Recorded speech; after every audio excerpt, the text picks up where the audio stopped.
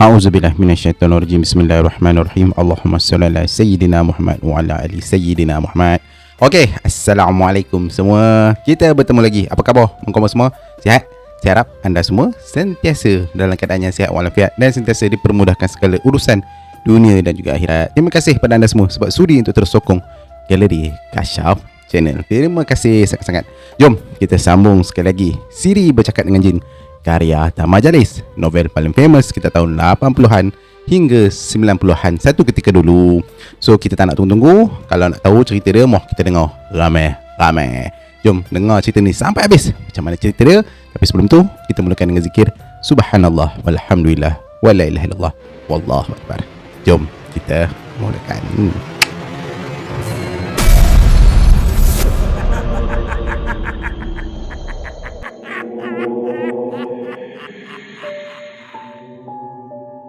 Ketika ni, Atuk dah sampai tergigit bibir dia sendiri. Mata dia memandang agak lama pada muka Nolin yang nampak betul-betul cemas. Lepas tu, pandangannya mula beralih pada Tok Kaya Sendi Diraja dan juga isterinya. "Kamu nak halau siapa nak?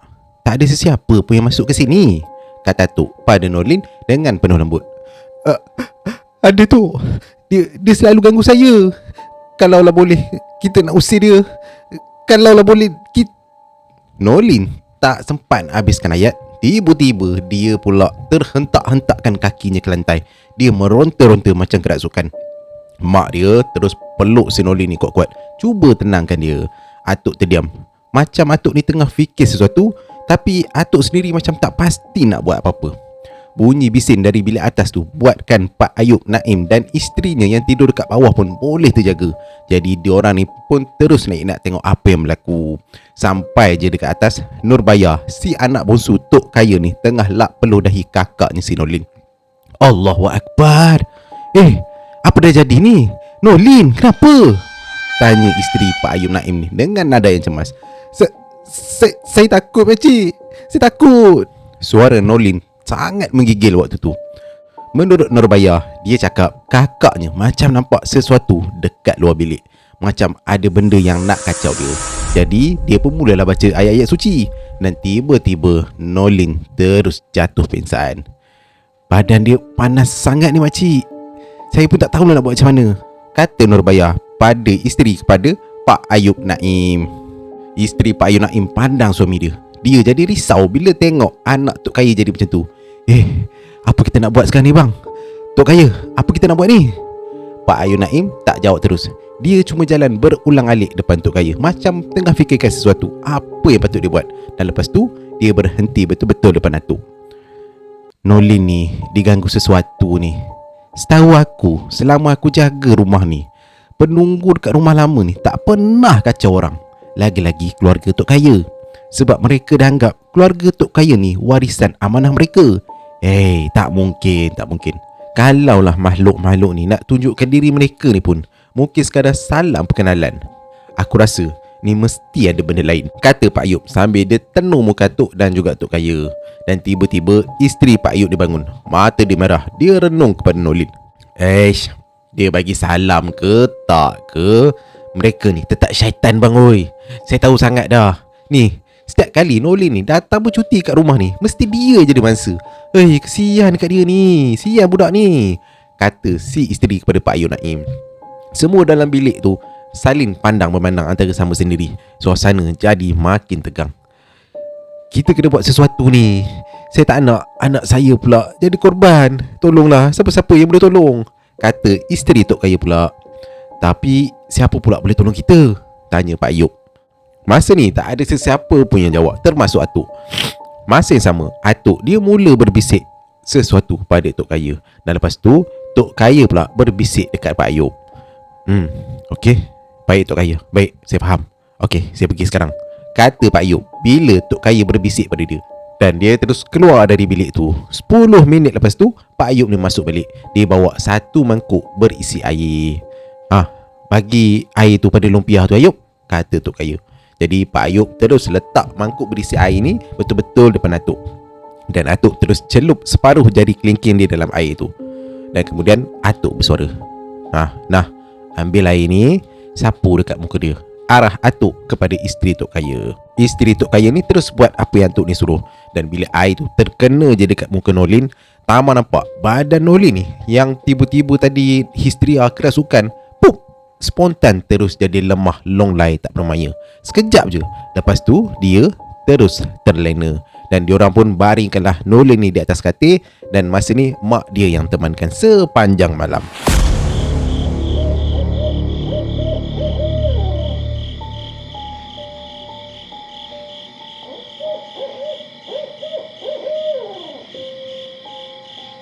Tok Kaya, Atuk dan Pak Ayub terus keluar daripada bilik tu, terus masuk ke bilik Tama dan Atuk ni menginap. Diorang berbincang panjang lebar tentang isu yang terjadi malam tu. Atuk dengan rendah diri, dia kata dia boleh kalau nak mencuba, tapi dia tak berani nak berjanji apa-apa. Sebabnya waktu ni Tok Kaya dah merayu-rayu kepada Atuk, minta kalau Atuk boleh buat sesuatu kepada Nolin ni. Jadi atau tak, semua atas kuasa Allah Tok Kaya. Kalau Allah izinkan, InsyaAllah jadi. Saya macam saya kata tadi, saya tak berani nak menjanjikan apa-apa ya, kata Atuk. Yelah, tak apa Lumpiah. Saya faham sangat apa yang awak kata tu, balas Tok Kaya. Lah, betul tu. Tak apalah Lumpiah, cuba je lah. Mencuba tu tak salah kan, kata Pak Ayub ni mula menyampuk. Malangnya, keesokan harinya, keadaan Nolin ni semakin teruk. Sekejap panas, sekejap sejuk. Pagi tu Atuk tak buat apa-apa pun. Dia kata Nolin ni demam sebab terlalu lemah semangat. Itu saja. Petang tu barulah Atuk mula bersedia nak mulakan rawatan. Dalam bilik tadi sebenarnya Atuk dah buat segala persiapan yang sangat rapi. Jadi Atuk pun minta izin untuk masuk semula ke bilik Nolin. Silakan Lumpiah, masuklah, emaknya dekat dalam, kata Tok Kaya. Sebelum masuk, Atuk dia berpesan, dengar sini semua ya.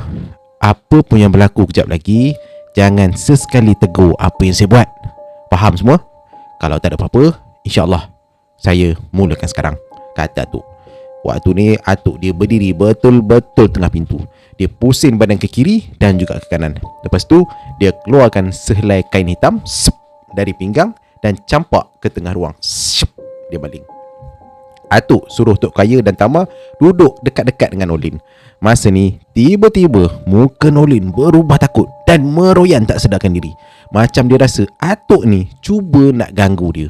Tapi Atuk berlagak tenang je. Dia pegang nadi tangan si Nolin. Mulut dia bergerak-gerak membacakan sesuatu. Mata Atuk sekejap pejam, sekejap buka. Dari rambut sampai hujung kaki dia perhatikan Nolin. Atuk tarik nafas panjang, kemudian dia angguk beberapa kali. Jam tua pun dah berbunyi 5 kali. Ting, ting, ting. Angin petang semakin deras. Bunyi burung gagak dekat pokok kekabu jelas kedengaran. Padahal dekat luar panas cerah. Tapi dalam bilik tu terasa sangat muram. Ada sudut rumah macam tak kena cahaya langsung. Dan tiba-tiba bingkai gambar yang terlekat di dinding tiba-tiba ni jatuh sendiri dan terhempas ke lantai. Pang! Dan kaca-kaca yang pecah tu macam bergerak sendiri ke arah tiang sendiri. Terus bergerak. Tok Kaya yang terkejut dengan kejadian tu terus nak pergi tengok. Tapi cepat-cepat Atuk dia tahan. Jangan Tok Kaya, jangan pergi. Kenapa? Aku kata jangan. Mungkin mereka ada cuba nak menguji kita. Nak uji? Habis tu kita nak buat apa? Tak payah buat apa-apa Tok Kaya. Kita tengok je. Saya dah kata dah tadi kan, jangan tegur apa yang saya buat. Jadi isteri Tok Kaya dia bergerak sikit sebab lenguh. Dan tiba-tiba pula waktu tu bilik pula dihempas kuat. Bam! Botol kecil atas meja pula habis jatuh berderai. Prang, prang, pang. Habis semuanya.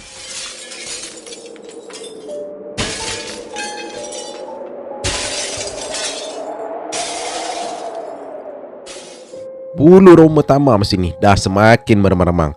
Tapi Atuk tetap tenang. Mata Nolin waktu ni dah tak lagi meliar macam tadi. Cumanya dia merenung banyak ke arah siling je. Macam tak sedar apa yang jadi dekat sekeliling. Seolah-olah macam roh Nolin ni tak ada dekat situ.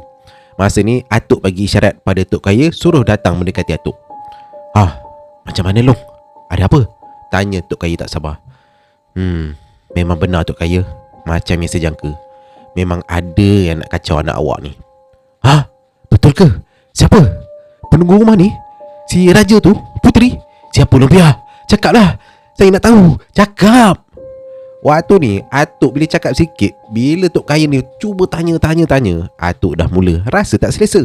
Dia sebenarnya memang tak suka kalau diganggu masa dia tengah buat kerja. Saya tak boleh cakap siapa. Lebih baik Tok Kaya tengok sendiri je nanti.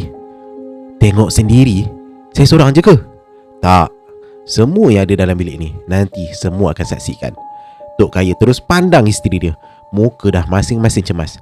Jadi Atuk terus panggil pula Tama, suruh duduk dekat dengan dia. Tama, kemari. Kau duduk sini dengan aku. Suara Atuk tegas. Lepas tu Atuk cakap, okey, baiklah. Sekarang ni saya minta Tok Kaya dan semua ahli keluarga kena mandi air bunga 7 jenis. Selain dari tu, saya perlukan 1 mangkuk putih. Saya nak juga bunga kemboja, bunga raya dan juga bunga tanjung. Minta tolong sediakan, kata Atuk. Alhamdulillah, tak lama pun semuanya Pak Ayub kata dia boleh carikan. Dan lepas tu semuanya dah siap di depan dia. 3 jenis bunga tu Atuk terus tabur di dalam air. Jam tua waktu tu dah berbunyi 6 kali. Tong, tong, tong. 6 kali bunyinya. Cuaca dekat luar makin suram. Angin kuat menderu-deru masuk ke perut rumah. Atuk suruh semua bertenang. Jangan terlalu ikutkan perasaan sangat. Dia betulkan kedudukan silanya dan Atuk pejamkan mata. Atuk tarik nafas perlahan. Dan mulut Atuk mula membacakan sesuatu dan juga beberapa jampi serapah. Semakin lama Atuk membaca, nafas Atuk makin kencang. Dan muka Atuk berkerut-kerut. Dia raba telinga kiri dia sebanyak 3 kali. Dan lepas tu barulah wajah Atuk kembali tenang dan nafas dia kembali stabil. Atuk lepas tu dia buka mata perlahan. Dia pandang ke kiri, kemudian dia pandang ke kanan. Atuk renung tajam muka Tama. Dan lepas tu dia renung pula muka Tok Kaya sendi dia raja.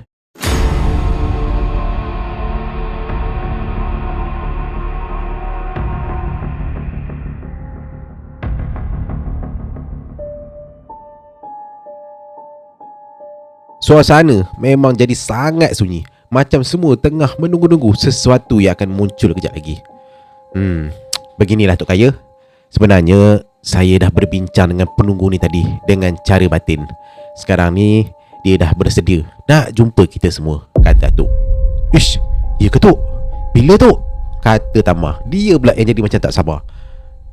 Malam ni kot. Kira-kira jam 9 malam agak-agak, jawab Tok. Dan jawapan tu buat Tok Kaya sendiri raja rasa macam sedikit risau. Dia pun tanya, kalau penunggu tu nak jumpa kita, kat mana kita nak jumpa dia, Lumpia? Dekat ruang rumah ni je, jawab Atuk dengan nada yang agak keras. Sebabnya Atuk ni dah mula stres bila Tok Kaya ni tanya dengan soalan yang agak kata terlalu push sangat, terlalu mendesak. Jadi Atuk tak berapa selesa. Dan bila Atuk cakap macam tu, Nordlin yang tengah baring atas katil ni tiba-tiba bangun macam dah sihat pula tiba-tiba. Tak ada apa-apa, elok je dia bangun berjalan. Dia elok je lalu dekat depan Atuk.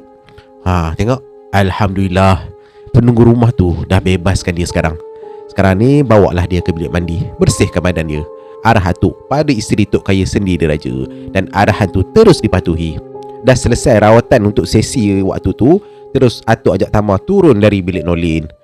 Macam ni, saya dengan cucu saya sekarang ni nak pergi petik bunga 7 jenis. Tok Kaya tak payahlah ikut saya.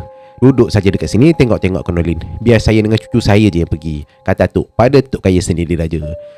Baik, silakan, saya ikutkan je, kata Tok Kaya. Tapi jangan lupa Tok Kaya, lepas sembahyang isyak ni datang jumpa saya. Kena ambil air bunga yang saya sediakan nanti. Mestilah Lumpia, mesti. Saya ikut apa yang Lumpia cakap, kata Tok Kaya ni. Waktu ni Atuk terus tersenyum bila Tok Kaya ni sentiasa ikut apa yang Atuk minta.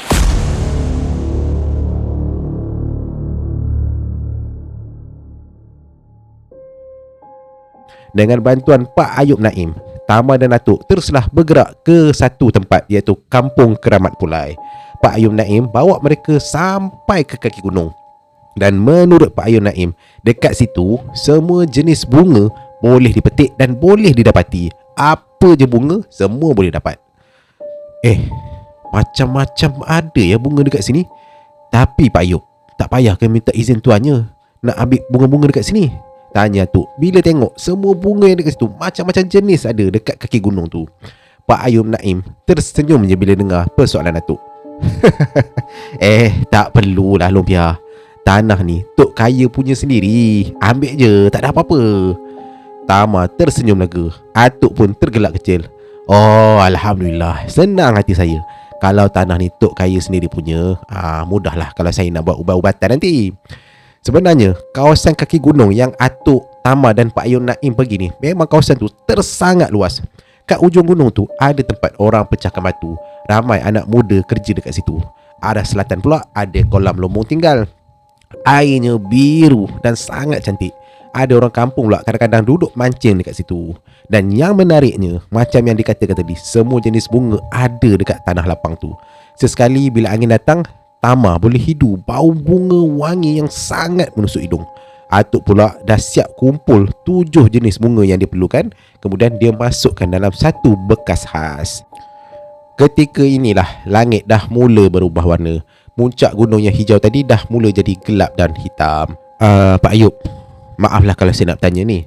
Sebenarnya siapa yang tanam semua pokok-pokok bunga ni ya? Hairan saya. Semuanya ada ni. Mudah sangat kerja kita ni. Tanya Tok pada Pak Ayub Naim. Sebenarnya arwah ayah Tok Kaya sendiri yang tanam dulu. Arwah yang tanam. Dia selalu jalan kat sini tiap-tiap malam Jumaat masa bulan penuh. Buat apa pula arwah tu datang ke sini tiap-tiap malam Jumaat tu? Maaflah kalau saya tanya lagi. Tanya Tok. Sebenarnya saya tak sempat lah pula nak periksa. Saya sendiri pun tak tahu. Jawab Pak Ayub Naim tersenyum. Atuk pun cuma diam lah bila Pak Ayub cakap macam tu. Tapi Tama mula terfikir, adakah sebenarnya arwah ayah Tok Kaya Sendi Diraja ni ada hubungan pelik dengan makhluk dari alam lain? Sebenarnya kalau tengok bunga-bunga semacam jenis ni ditanam, mungkin macam ada tujuan tertentu kot. Dan waktu ni pelbagai persoalan bermain dalam fikiran Tama. Kenapa seorang lelaki boleh tanam begitu macam-macam banyak jenis bunga dekat situ? Dan bau dia sangat pelik, wangi, tapi sangat misteri ketika tu. Jadi Tama macam, Kenapa? Dan benda tu menjadi persoalan pada Tama. Dan lepas semuanya selesai, mereka ni pun tinggalkanlah kaki gunung. Bila mereka melintasi jambatan kecil dekat satu anak sungai, terdengarlah azan dari surau tepi sungai tu. Jadi Atuk pun ambil keputusan nak solat maghrib dulu dekat situ. Lepas solat maghrib, mereka terus balik ke rumah Tok Kaya Sendi Diraja. Dan kali ni Tama tak nak naik basikal Atuk. Dia pilih untuk naik basikal bersama-sama dengan Pak Ayub Naim. Dia nak duduk dekat belakang. Kenapa tak nak naik dengan Atuk pula ni Tama? Tanya Atuk. Tak adalah Tok, Tama saja je nak sembang-sembang dengan Pak Ayub Naim. Boleh kan Tok? Boleh je. Terpulang dekat kamu lah Tama. Pergilah. Jadi Tama ni pun terus dia melompat naik atas basikal Pak Ayub Naim. Pak Ayub Naim ni pun okey je, tak ada masalah. Dan entah macam mana, Pak Ayub Naim ni macam selesa bila sembang dengan Tama. Jadi mulalah dia cerita pasal keistimewaan arwah ayah Tok Kaya Sendi Diraja. Menurut Pak Ayub, arwah Tok Kaya ni pernah jumpa harta karun dekat kaki gunung tu, iaitu satu tempayan tembaga yang sumbing mulutnya. Tapi tempayan tu tak dibawa balik, tapi dimandikan dengan air bunga setiap kali lepas solat Jumaat. Dan sejak dari peristiwa tu, perniagaan ayah Tok Kaya ni makin lama semakin maju. Dan waktu ni lah macam-macam yang dia usahakan. Sampaikan lombong biji dibuka sampai ke Jeram Mengkuang dekat Bido. Punyalah kaya nak ceritakan. Dan bila ayah Tok Kaya ni meninggal, tempayan tu terus gaib entah ke mana. Macam itulah kisahnya secara ringkas.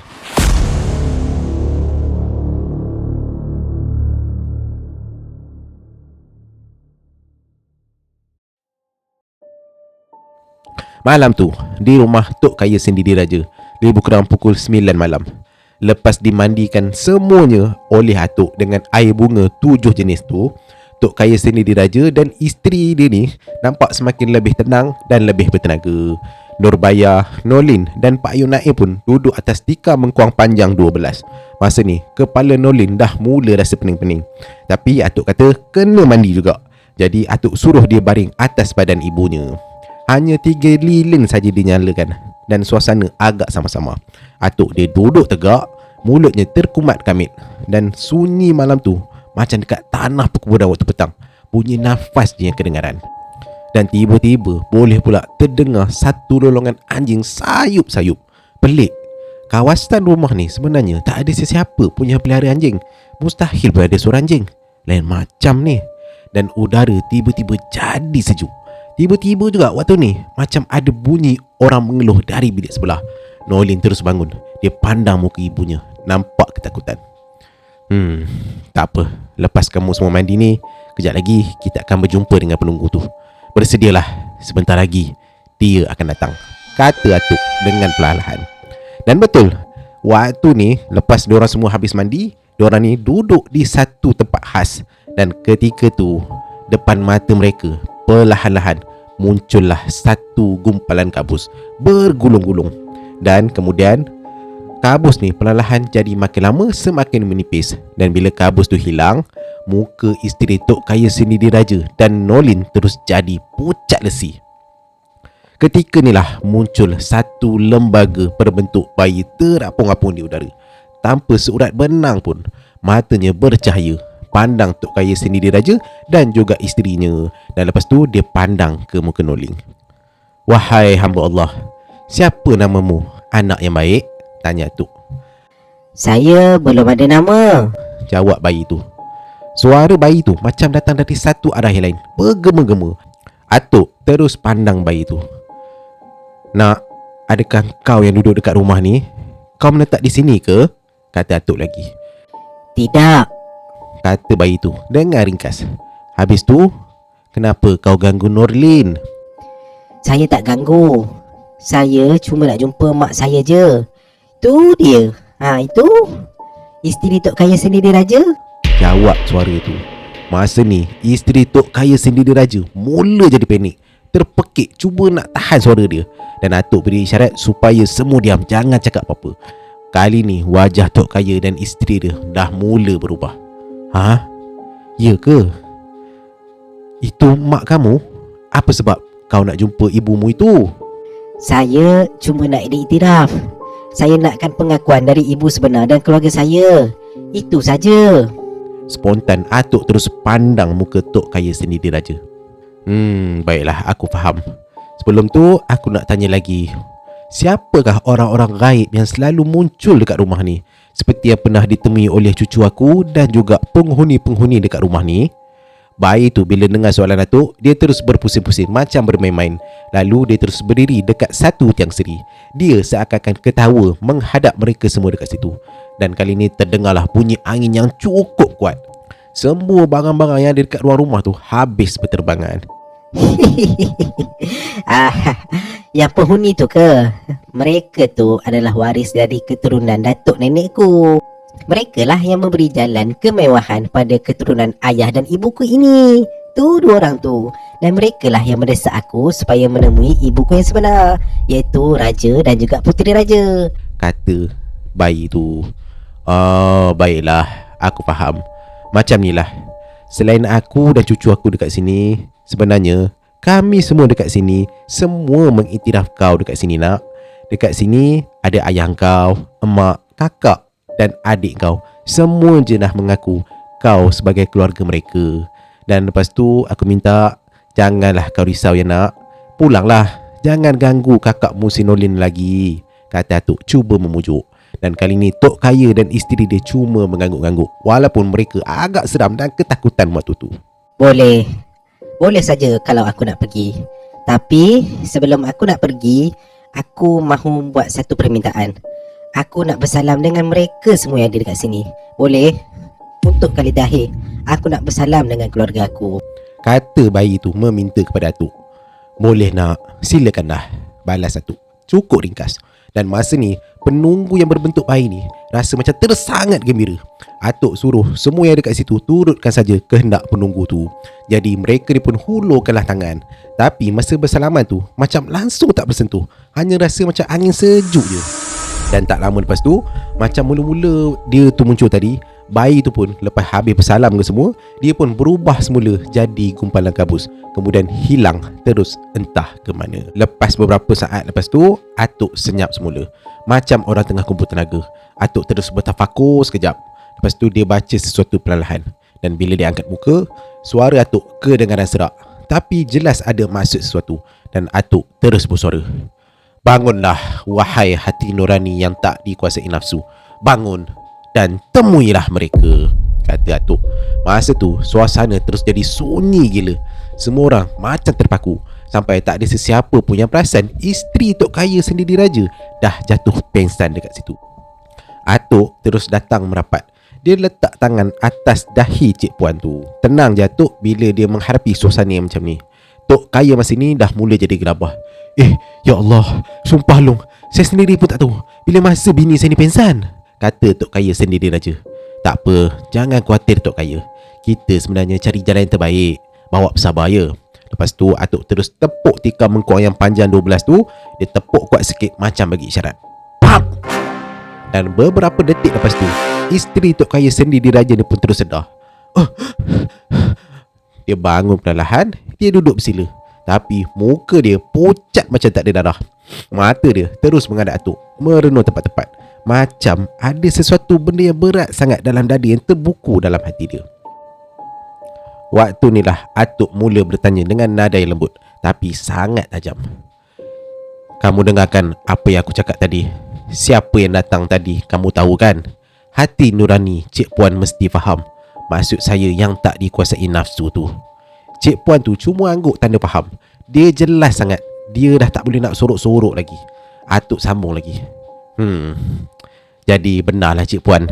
Sebenarnya engkau yang menggugurkan anak kau masa budak tu dalam kandungan 7 bulan. Betul?" Dan sekali lagi isteri Tok Kaya ataupun Cik Puan ni mengangguk-angguk. Iya Lumpia." Bahu dia turun naik, macam cuba tahan rasa bersalah. Atuk pandang muka dia agak lama. "Allahu Akbar. Kenapalah awak sanggup buat perkara sekejam tu?" Cik Puan ni akhirnya dia buka mulut. Suara dia perlahan sangat, tapi setiap perkataannya macam berat sangat nak diungkapkan. Tapi dia terpaksa bagi tahu juga sebab rahsianya dah pun bocor.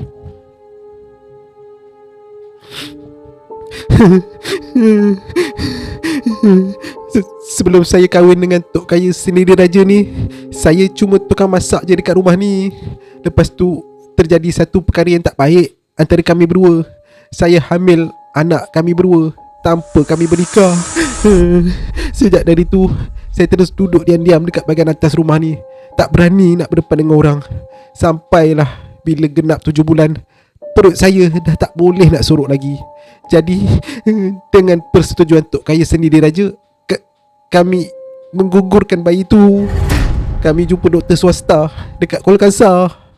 Allahu Akbar, kata tu bila dengar pengakuan isteri Tok Kaya tu. Pengakuan dia sebenarnya memang kedengaran jujur, tak berbelit. Dan Tok Kaya sendiri pun dah tak sempat dah kalau nak cover-cover ataupun nak menipu. Sebab dia sendiri mengaku apa yang isterinya itu cakap memang betul. Atuk teruslah alihkan pandangan dekat Tok Kaya Sendiri Raja. Lama juga Atuk renung muka Tok Kaya ni, sampailah Tok Kaya ni tak mampu nak angkat kepala.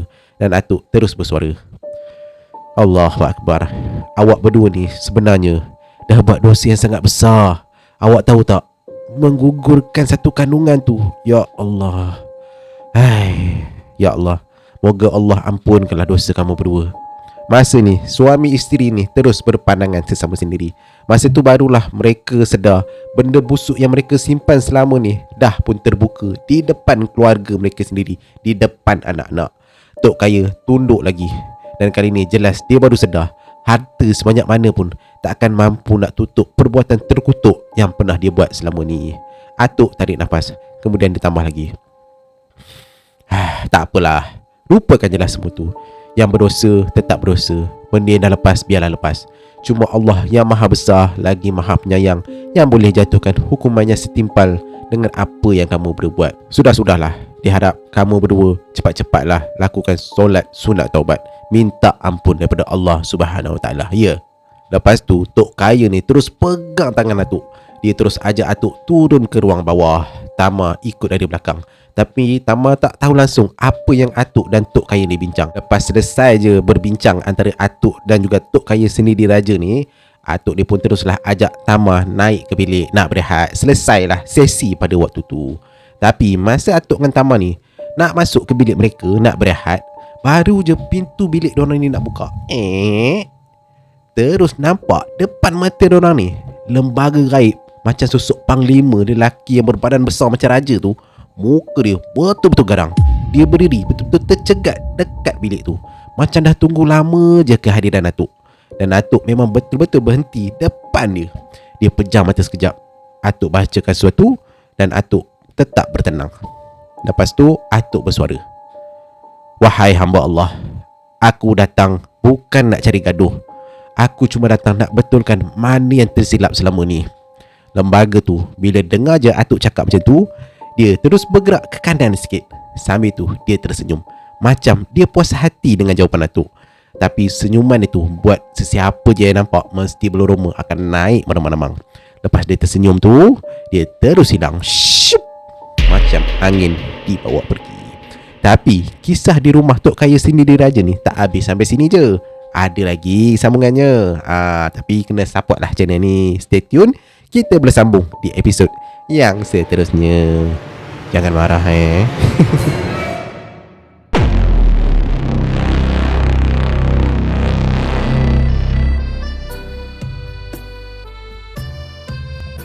Okey, baik. Alhamdulillah, tamatlah episod untuk siri bercakap dengan jin karya Tama Jalis. Nantikan episod yang seterusnya lepas ni, pengalaman dan pengembaraan Tama bersama atuknya, yang pastinya akan lebih menebarkan misteri dan syarat dengan pengajaran dan pelajaran ilmu alam Melayu kita. Saya harap korang semua terhibur dengan kisah kali ni. Jangan terlalu taksub dan anggap je sebagai hiburan. Kalau korang ada cerita yang best-best, boleh kongsikan pada saya. Boleh email pada kashafgallery@gmail.com ataupun WhatsApp pada ruangan description dekat bawah. Saya tunggu kisah-kisah menarik dari anda semua. Okay, kita jumpa lagi dan kita tutup episod ni dengan kata-kata, ini seram, bukan sekadar cerita, mereka wujud di sebalik sebuah rahsia. Saya Yop ataupun JK, storyteller anda. Assalamualaikum warahmatullahi wabarakatuh. Selamat bersahur dan selamat buka.